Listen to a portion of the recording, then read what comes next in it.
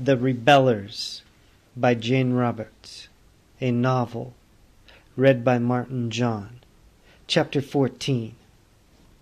Fitch pulled his gun out and took aim. The rats scrambled about, startled by Janice's scream.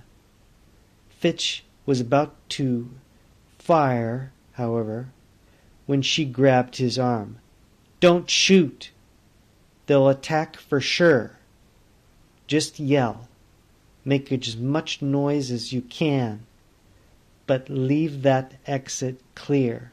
She shook with fear. Fitch's skin crawled. The rats reared up, their nails scratching the metal floor. Fitch and Janice jumped to either side of the pipe and started screaming. The rats hesitated. Then they rushed with a horrible shuffling sound across the width of the back of the pipe by the rear door. "Yell louder," Janice shouted. The rats turned and headed directly for them. Then in a flash they scampered between Fitch and Janice out the open end of the pipe to the sewer. One rat brushed Fitch's leg. He caught a glimpse of a naked, scaly tail and a body covered with short grayish fur. It was over that quickly. Janice pressed a button. A door slid down, closing the sewer off. They stood in a sealed portion of the pipe, with the door at the other end clear. "Whew! That was close," Fitch said. "You probably saved our lives. Those things are really plague carriers. Part of my education.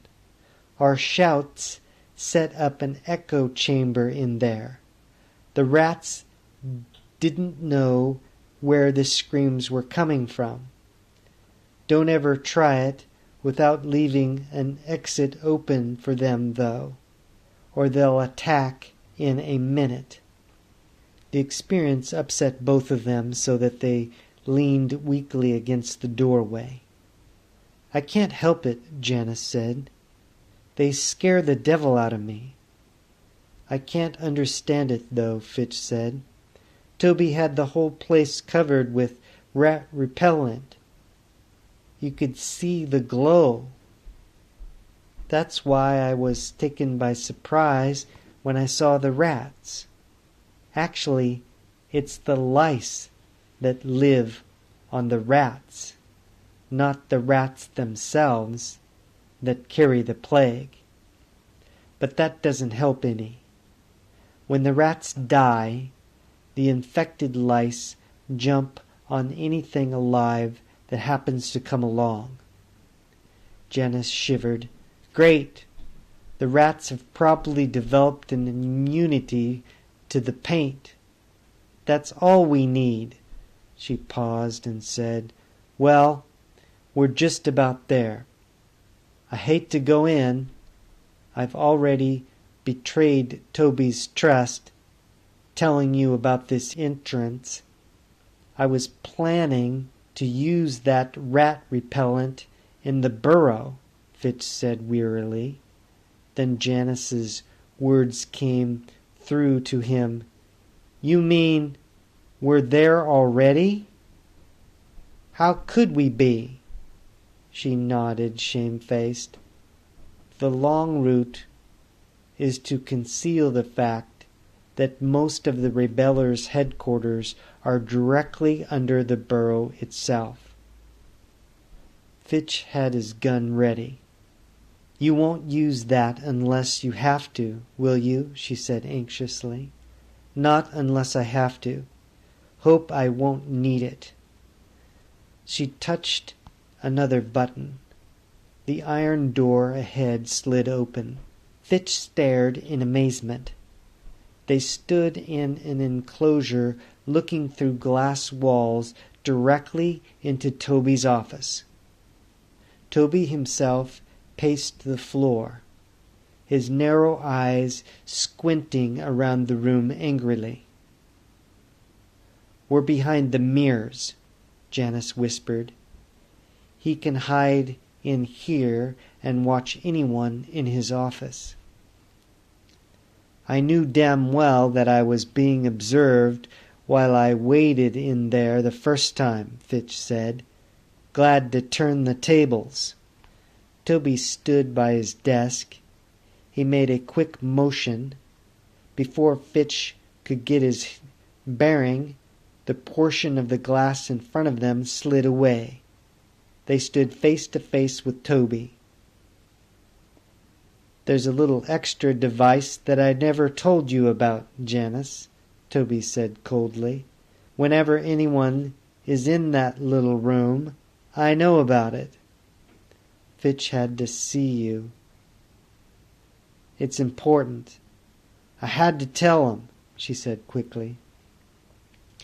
"You had to?" He frowned contemptuously. "She has more concern for the human race than you seem to have," Fitch said. "I can have 10 men in here in a minute," Toby said. "Call them if you're going to. If not, listen to what I have to say." "I doubt I'll be interested, but go ahead and hurry up," Toby said. "Will you be reasonable?" "I'm reasonable. You aren't," Toby said. "You're a fool for coming here to begin with. I could have killed you while you were behind that mirror, and you wouldn't have known what hit you. But you didn't." "I take calculated risks, too," Fitch said. "Now listen. We need you and your men. The borough government is rotten to the core. You were right. The officials ran out. What did you expect? Let the dead bury their dead," Toby said. The door burst open. Gunny rushed into the room, his gun in his hand. "I thought I heard voices. How the hell did they get in here?" he yelled. "Put the gun down," Toby said. "I have one of my own if I'd wanted to use it." "Well, I want to use mine," Gunny said. "What do they want?"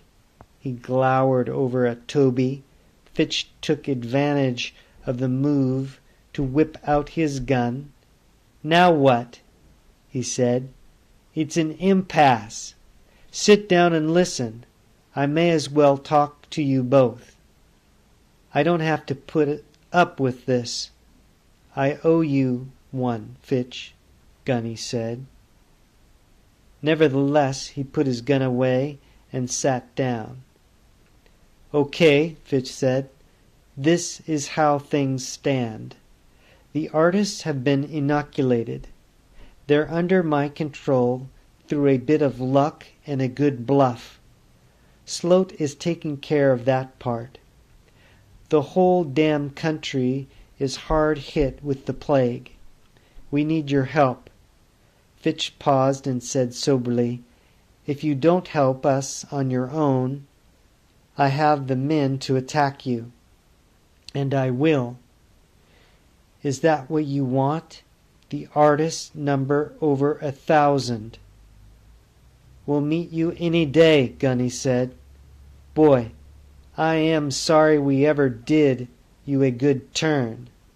We'll fight you to the last man if that's what you want." "Shut up," Toby said. "Hear Fitch out. It won't do him any good, but let him finish." "What are the rebellers rebelling against?" Fitch said desperately. "The filthy conditions, the ignorance, disease? Then do something. If the rebellers mean anything at all, they have to take a positive action, not hide in the sand while the world goes to pot. There's a vacuum now. If we don't fill it, some psychopath like Gunny will. Is that what you want?" "You can go to hell," Gunny said. Fitch ignored him and went on. I tell you, Sloat and I are in control right now. But the deaths are mounting. The people will riot. We need more men. If you'll join with us, we'll have it made. When this is over, we'll be in a position to pass legislation. If you think that I intend to let the city fathers come crawling back, you have another thought coming. We're going to run this borough. We'll take over any other boroughs that we can, too, but that's in the future. You'll see strict birth control laws passed so quickly that your head will swim. This is your chance. It's now or never. Do you want in or don't you? Toby stared at Fitch. Fitch paused, overwhelmed by the implications of his own words. The plan had come fully only as he spoke, so that he was surprised by his boldness as anyone else. Or had the plan really been in the back of his mind all along? Had it urged him on ever since his return to the city? He didn't know. You didn't talk like that earlier, Toby said slowly. For the first time, you're coming through to me. I hadn't thought that far ahead before, Fitch said. But we have to follow through, or all our work will be in vain. It's not just a matter of saving some of the people from the plague. It's a matter of education. It's a matter of shutting off the valves of population before this plague or another one does it for us. I'll tell you one thing, though. If all measures fail, then a handful of men will find themselves pretty miserable on this planet all alone. Suddenly survival would taste like ashes. Are you paying attention to all that bull? Gunny said. But Toby didn't answer. He was watching Fitch's face. Fitch said, Once I asked you what you'd do if you discovered that your methods were wrong. I said that I'd change them. Will you? Fitch said. Janice had been listening intently. Now she cried angrily, Toby, you helped me. I was one of the so-called masses. And where do you think your parents came from? The only difference is that we were helped by someone else. At least we were given a chance. But now Toby turned toward her coldly. Why should we help the masses when they won't help themselves? Maybe they will, if you give them a chance, Fitch said. The room was quiet. Gunny stared at all of them malevolently. Fitch said frantically, Listen, Toby, we're all rebellers, but we have to join together now. Toby's head snapped up. He took several quick strides across the room. We're opening all the galleries with all their information to the people, Fitch said. Toby stopped dead. You're opening the galleries? Funny, I always dreamed of doing that myself. With all my plans, I almost missed out, didn't I? You're opening the galleries? I'm afraid I'm resentful because you did it while I talked about it. He grinned ruefully and said, And I yelled at Sloat for just talking without taking action. Why, you're on his side, Gunny yelled. Well, we're throwing this to the men. They have a right to have their say. I'll tell you one thing. Plenty of them go along with me. You're a bunch of idiots. We've stayed safe because we've stayed underground. What we should do is loot the burrow clean, reinforce our own supplies, and let the damn world rot. It's never done anything for us, that's for sure. Gunny, Fitch is right, Toby said. Actually, I've been thinking along those lines for a while myself. We'll all have a better chance if we pool our resources. Even animals cooperate against common danger. I have to admit that what made me make up my mind was Fitch's determination not to let the officials return to power. Hell, I'm thinking of your best interests, Gunny shouted. If you think that going outside into the plague-ridden mess is a thing to do, then all I can say is that you've lost your mind. You've been influenced by Fitch too much. You've been partial to him ever since the two of you met. All right, Toby said. Call for a general meeting right now. What? Fitch said. I thought it was settled. The men have to be behind it too, Toby said. I won't force them against their will. It wouldn't work that way in any case. They have to be convinced, as I was. Now you're talking sense, Gunny said. I warn you, we'll attack if we have to, Fitch said. We have to get your help no matter what your men say. I've got to give them a chance to decide for themselves, Toby said. At least Gunny is right about that. Gunny, call them to the auditorium. The meeting lasted for over an hour. The men were nervous and worried. Toby insisted on only one thing, that Gunny speak first. And Gunny jumped quickly up to the platform. We've always isolated ourselves, he yelled, and we've survived. Now Toby wants to involve us in the affairs of the outside world, and I object. I want to follow the original plan. Dig in here and let the Contropolis go to the devil.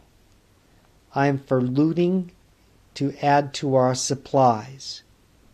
Toby even wants to evacuate some of the people and bring them down here. What do you think of that? He stared down at the men angrily. They started shouting. In the uproar, it was difficult to tell whose side they were on. Toby took Gunny's place on the platform.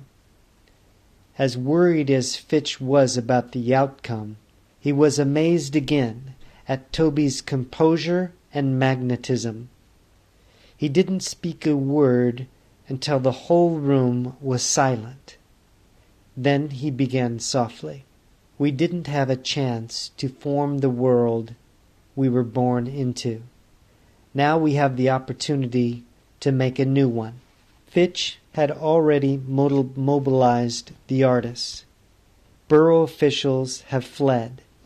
The national government is powerless.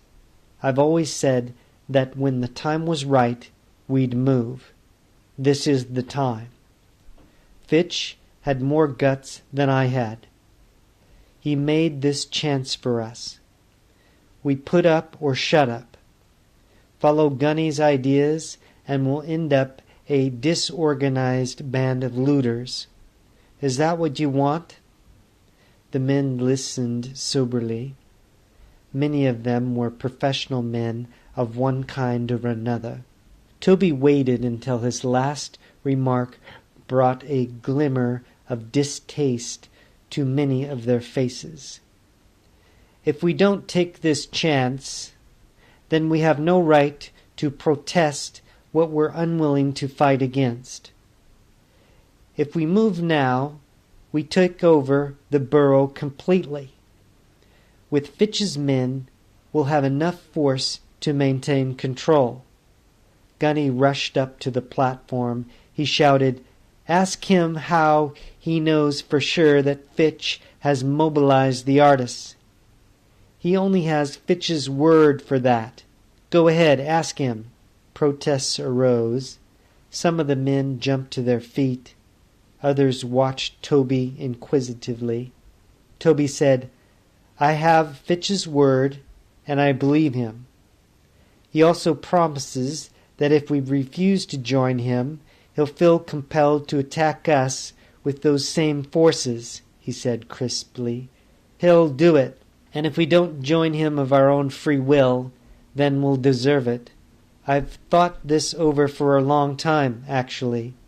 Fitch only put my own ideas into words so that I had to face them. Now make your decision. You have all the facts." Suddenly commotion broke out at the back of the room. A small band of men pushed their way toward the platform. Someone yelled, "The people haters are attacking!" Someone else screamed, "They've got our guards as hostages."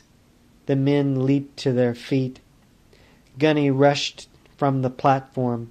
"Come on, after them!" Shouts filled the room. "No, wait, they only want to talk," a man yelled from the rear. A shot rang out from the platform. Every head turned in Toby's direction. He held a smoking gun in his hand. "Quiet! Whoever knows anything about this, step forward. The rest, listen." The band of men went up to the platform. The leader said quickly, "The people haters came up quietly in the dark. They jumped us. They've got 4 other guards as hostages. We were freed to bring you a message. They only want to talk with Toby." "Bring their spokesman here and hurry," Toby said. "Let's see what they have on their mind." The rebellers muttered among themselves. Fitch sprang up to the platform as the guards left. "You aren't safe down here any more," he said. "The plague has even scared the people haters. Word travels. Anyone who knows you have food down here will be after it. We have to join forces. You have to save others in order to save yourselves now." "He's right," one of the men called. The cry went up. Gunny was furious. Fitch said to him, "I'm warning you. You can't hold out alone. This is just one example." "If you're rebellers, then rebel," Fitch shouted. Beside him, Toby grinned. But then everyone swung around. A group of men strode in. "The people haters!" Nervously, the rebellers made way. The people haters crowded together in a tight band. "What do you want?" Toby said coldly. "The damned plague forced us off our hill," the spokesman said. "We want to be inoculated. We know you've got the stuff to do it." "Why not go to the Illmire Burrow?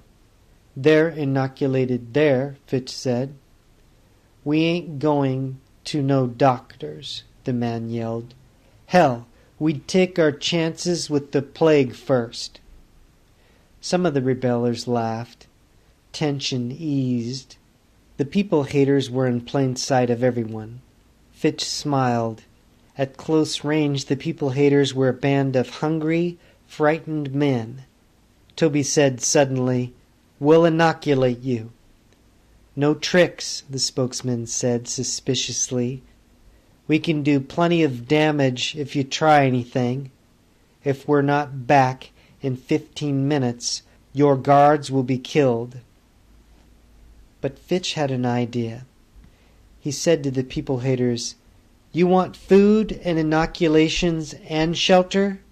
They looked at him as if he was crazy and huddled together, arguing among themselves. Then the spokesman snapped, "In return for what? You want something?"